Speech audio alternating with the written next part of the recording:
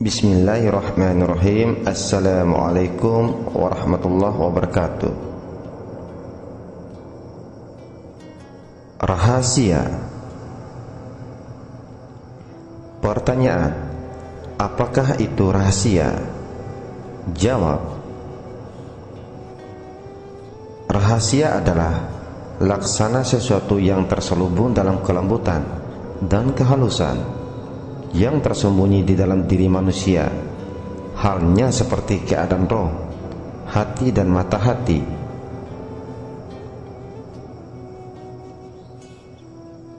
Kami biasa mengucapkan naiknya sudah sampai pada pencapaian rahasia Tuhan. Ucapan ini rumus untuk sebutan maut, yakni keluarnya roh dari tubuh.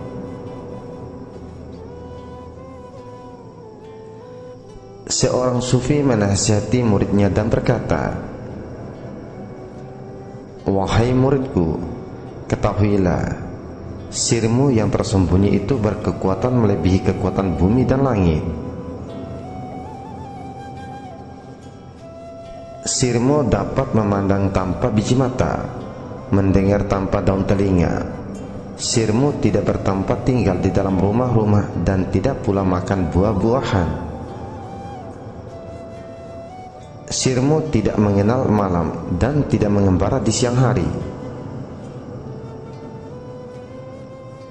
Sirmu tidak diketahui oleh akal dan pikiran, dan tidak pula berhubungan dengan hukum sebab akibat.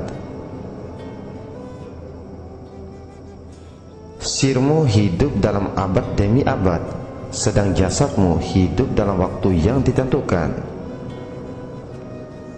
Dia berada di belakang sirmu. Pengetahuan sirmu tidak mengetahui akan dia, dan isyarat-isyarat sirmu tidak sampai menyaksikan dia.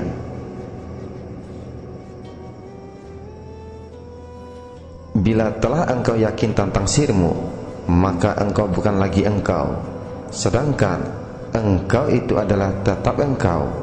Engkau daripadanya, dan engkau kemudian kembali kepadanya.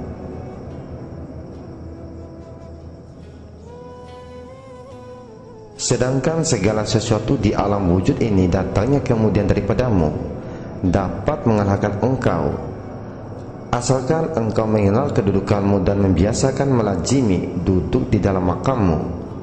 Maka yang demikian itu engkau lebih kuat dari kandungan huruf dan asma, lebih kuat dari segala apa yang nyata di dalam dunia dan akhirat.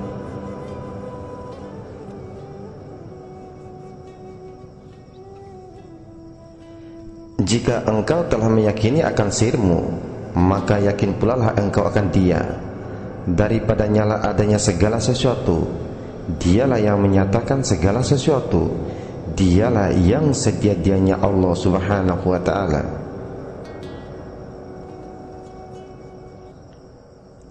Allah tidak berada di dalam sesuatu, dan Allah berlepas diri daripada sesuatu, dan tidak pula Allah berdiam di dalam sesuatu, dan tidak pula dia di dalam dia, dan tidaklah Allah daripada siapapun, dan Allah tidak terjawab oleh pertanyaan bagaimana, dan tidak pula oleh ucapan tanya apapun.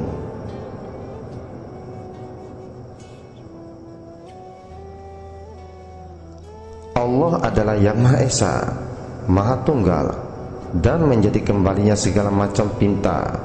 Tidak ada yang dapat menyatakan adanya menjadi nyata selain dia. Allah Subhanahu wa ta'ala telah menjahirkan alam semesta yang bersifat tetap, alam benda, dan apabila Allah bernyata, niscaya Allah akan melenyapkannya, dan apabila Allah berkehendak, niscaya Allah mengembalikannya kepada menjahirkannya pula dengan pakaian-pakaian sementara, serta aneka ragam logam-logam yang terdapat di mana-mana, yakni pakaian ruang dan waktu, masa dan tempat.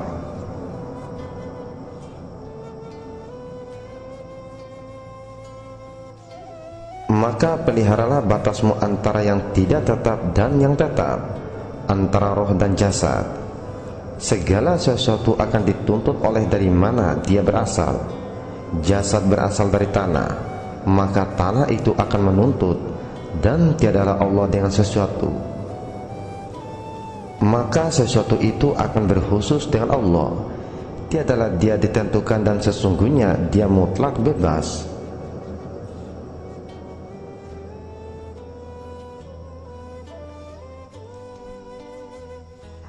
Pertanyaan: seperti apakah keadaan kita di mata Allah? Jawab: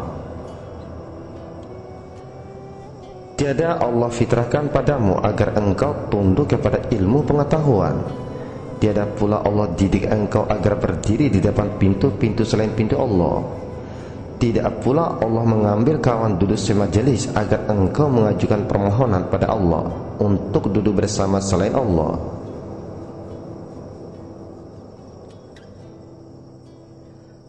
Hendaklah engkau ketahui siapakah engkau, maka pengetahuanmu tentang dirimu adalah merupakan suatu peraturan bagimu yang tiada akan roboh, dan suatu ketenangan untukmu yang tiada akan lenyap. Jika benar kamu ingin mengetahui dirimu, maka dengarkanlah ini.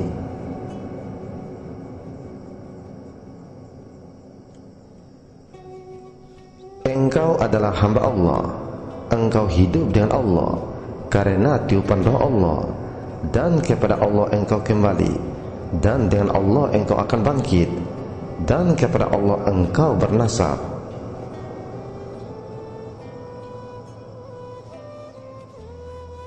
Allah ciptakan engkau agar engkau menjadi tatapan pandangan Allah, dan engkau akan menjadi pengurai nama-nama Allah. Allah ciptakan dunia ini untukmu, dan pula Allah sujudkan kepadamu. Dan Allah ciptakan segala sesuatu demi engkau. Allah bentuk engkau demi Dia supaya engkau menjadi ahli hadirat Allah. Allah pilih engkau demi kemuliaan himpunan Allah. Allah gemarkan engkau bersama Allah. Allah fitrahkan engkau sesuai dengan gambarannya.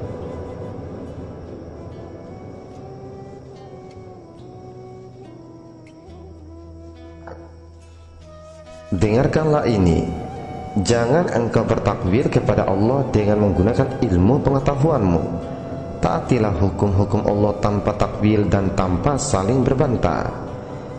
Janganlah engkau menjarak daripada Allah demi untuk kepentinganmu sendiri. Manakala engkau keluar, hendaklah keluar kepadanya, dan bila engkau masuk, hendaklah masuk pula kepada Allah. Dan bila engkau tidur, maka tidurlah dalam penyerahan kepada Allah. Dan bila engkau bangun, maka hendaklah engkau bangun penuh dengan rasa tawakal kepada Allah.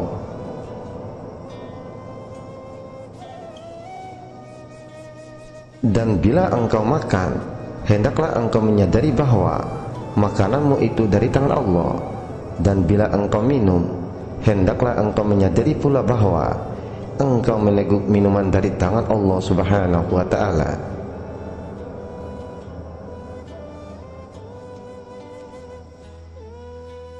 Mohonlah pertolongan dengan berdoa kepada Allah agar engkau bisa tegak berdiri di dalam makammu di antara kedua tangannya. Kalau tidak, maka diamu itu menyeru kepadamu tentang apa-apa yang telah diketahui perihal dirimu.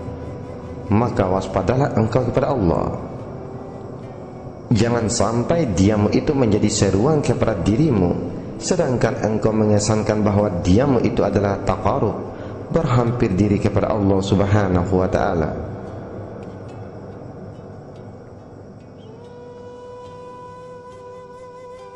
Pertanyaan: bagaimanakah cara memandang keagungan Allah? Jawab: bagaimana engkau melepaskan pandanganmu ke arah langit dan bumi, matahari dan bulan, dan kepada segala sesuatu apapun, sedangkan engkau telah mengetahui bahwa kesemuanya itu terang dan nyata daripada Allah Subhanahu wa ta'ala.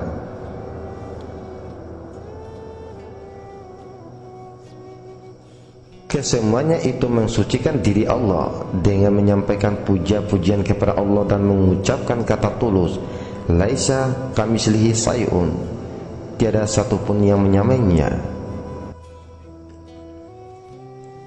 Janganlah engkau menyingkir dari patokan pandangan yang demikian ini, agar tidak dirampas oleh pandangan-pandangan lain.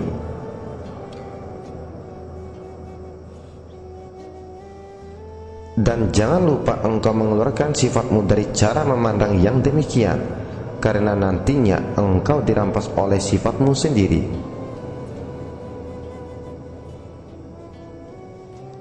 Bila engkau tidak melepaskan sifatmu keluar dari pandangan ini, akan Allah tampakkan kepada engkau, kamu menulis atas dahimu wilayahnya pemeliharaan Allah, dan akan engkau saksikan bahwa sesungguhnya Allah berada bersamamu dimanapun engkau berada.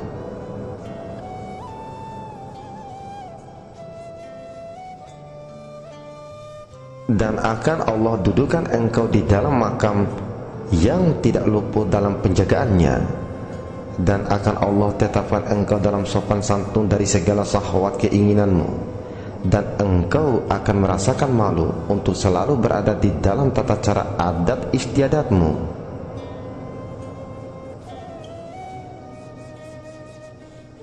Ketahuilah sesungguhnya bahwa syahwat-syahwat itu menjadi hijab penutup atasmu untuk menguji kecintaanmu.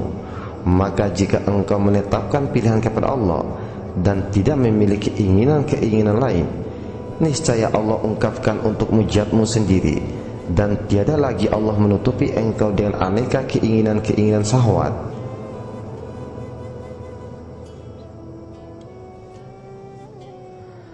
Dan ketahuilah bahwa syahwat itu mendatangi engkau melalui jasad tubuhmu.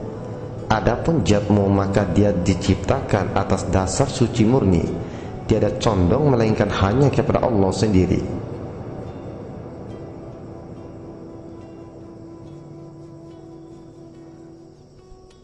Dan katakanlah pada lubuk hati nuranimu agar berdiri tegak di antara kedua tangannya, tiada dengan sesuatu dan tiada pula untuk sesuatu. Niscaya Allah bangun mahligai yang sangat besar di belakangmu, dan kekuasaan agung di bawah kedua telapak kakimu.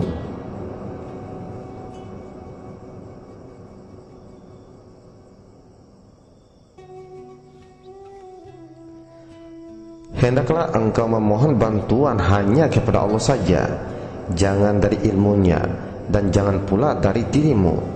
Dengan demikian engkau menjadi hambanya berada di sisi Allah dan dapat pengertian perihal darinya. Hendaklah halmu menjadi demikian laksana Tuhan yang hadir dalam alam semesta yang gaib dan pudar, maka inilah hiasan sifatnya.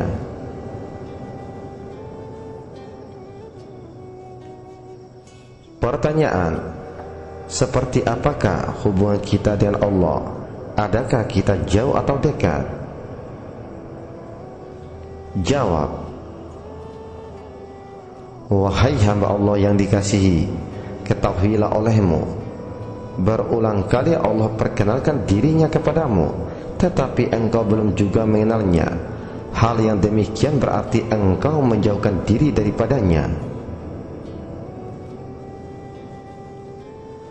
Engkau sudah mendengar tutur katanya dari lubuk hati sanubarimu, tetapi engkau belum juga mengetahui bahwa itu adalah kata-katanya. Hal yang demikian sama halnya engkau telah menjauhkan diri daripada Allah Subhanahu wa ta'ala.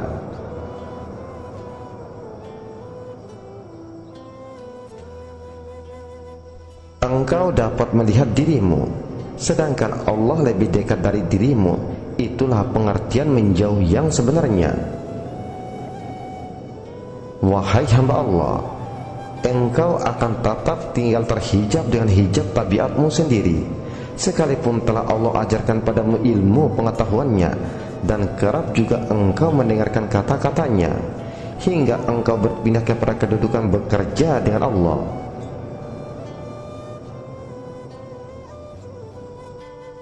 Adapun si wakif yang berhenti dan berdiri tegak di hadirat Allah, maka dia telah memasuki tipu rumah.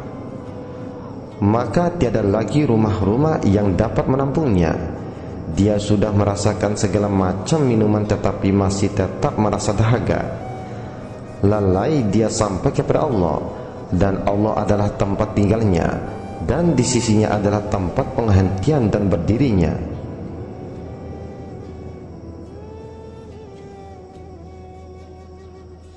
Al-waqwah, penghentian untuk berdiri tegak di hadirat Allah, adalah di balik apa yang dikatakan, dan ma'rifat itu adalah puncak yang dikatakan, sedangkan ilmu pengetahuan itu adalah apa yang dapat dikatakan.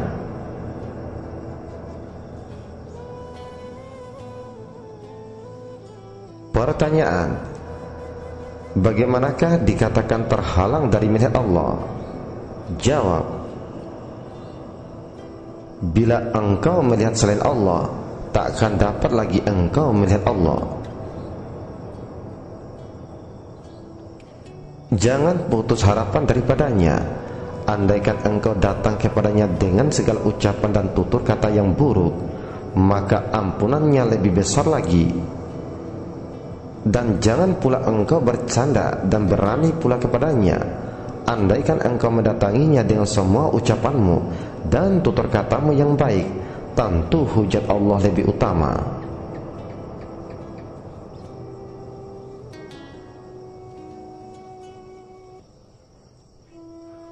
Bukanlah suruhan Allah yang berupa ilmu pengetahuan yang Allah tujukan kepadamu dari jurusan hatimu itu untuk memindahkan kedudukanmu dari umum kepada khusus. Bukan pula dikala Allah memerintahkan kepadamu untuk membuang segala apa yang Dia berikan padamu berupa ilmu-ilmu dan pengetahuan-pengetahuan itu demi kegairahannya atasmu. Dan bukan pula supaya Allah memilihmu untuk dirinya. Itu semua adalah agar engkau keluar daripada ma'rifat kepada penyaksian, dan dari khusus yang tingkat khususnya ke khusus, supaya engkau utuh untuknya. Sebagaimana Allah menjadi untukmu, menjadi sasaran pandanganmu, dan engkau menjadi sasaran pandangannya.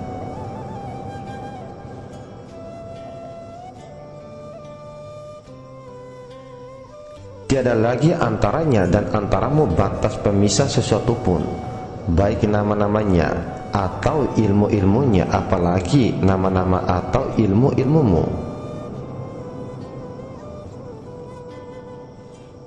Hendaklah engkau titipkan namamu kepadanya sampai tiba saatnya Allah menjumpaimu dengan nama.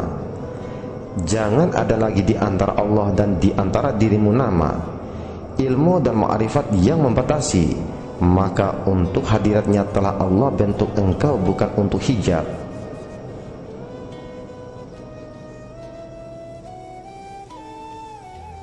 Maka pada hadiratnya tidak satu pun lagi yang mampu menguasainya, karena sesungguhnya engkau adalah kemudian daripadanya, dan sesuatu apapun yang Allah nyatakan adalah kemudian daripadamu.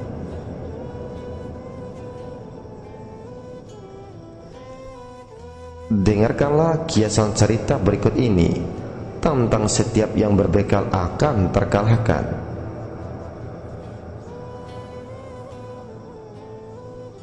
Diceritakan, dia berkata, aku ditegakkan berdiri di atas permukaan laut, maka kulihat bahtera demi bahtera saling tenggelam, yang tersisa hanya keping-keping papan yang berserakan di sana sini.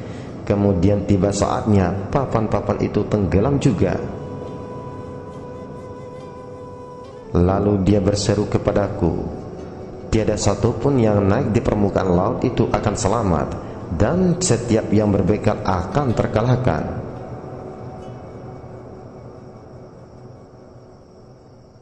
Barang siapa yang mau menerjukan dirinya dan tidak mau naik, berarti mau menghadang bahaya. Siapa yang naik juga dan tidak mau menempuh bahaya, niscaya akan binasa.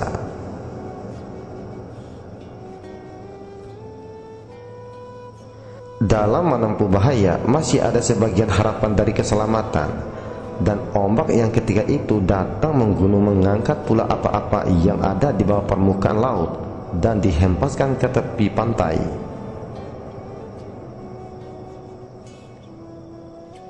Cahaya terang di atas permukaan laut tak dapat dicapai, dan dasar laut yang gelap gulita tak dapat dikuasai, dan di antara keduanya ikan-ikan juga tidak dapat terjamin keselamatannya.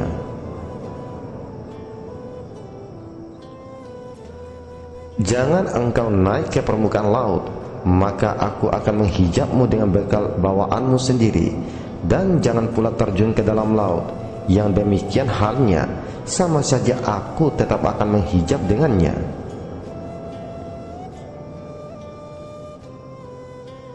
Lalu katanya kepadaku, di laut itu ada batas-batas, maka yang mana yang akan mendukungmu? Dan katanya pula, bila engkau merelakan dirimu pada lautan, lalu engkau terjunkan dirimu ke dalamnya, tidak yang demikian menjadikan dirimu sama dengan hewan laut. Terperdayalah engkau jika aku menunjukkan engkau atas selainku. Katanya pula padaku, bila engkau membinasakan dirimu berkorban untuk selainku, maka engkau adalah bagi siapa yang engkau rela berkorban. Dunia itu bagi barang siapa yang kusingkirkan jauh daripada dunia, dan bagi barang siapa yang kusingkirkan dunia itu daripada dirinya, dan akhirat itu bagi barang siapa yang kudatangkan untuk menghadap mendekat kepadaku, dan kujadikan pula dia suka menghadap kepadaku.